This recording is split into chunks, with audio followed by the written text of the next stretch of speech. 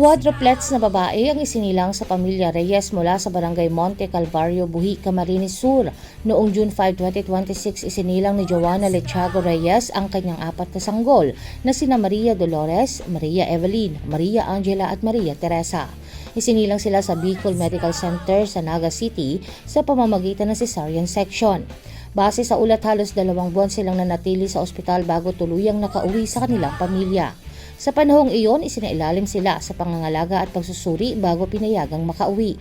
Nadagdag ang 4 na sanggol sa 3 pang anak ng mag-asawa at pawang babae rin ang unang 3 anak ng pamilya Reyes.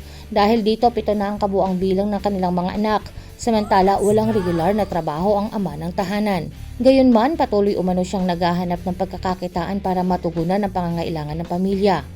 Mas naging malaking hamon para sa mag-asawa ang pagpapalaki sa kanilang 7 anak, ngunit nananatili silang determinado na maitaguyod ang mga ito. Sa kabila ng mga pagsubok, itinuturing ng pamilya Reyes na biyaya ang pagdating ng quadruplets. Para sa mag-asawa, 4 na bagong buhay ang nagdagdag ng saya at pag-asa sa kanilang tahanan at umaasang magiging ligtas at malusog ang kanilang mga anak. Samantala, personal na dumalaw sa pamilya ang kanilang kongresista at nagpaabot ng tulong at suporta sa mag-asawa at kanilang mga anak.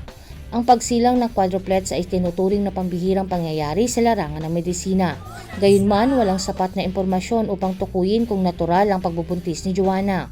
Ang mahalaga umano ay ligtas na nakauwi ang 4 na sanggol matapos ang kanilang pananatili sa ospital.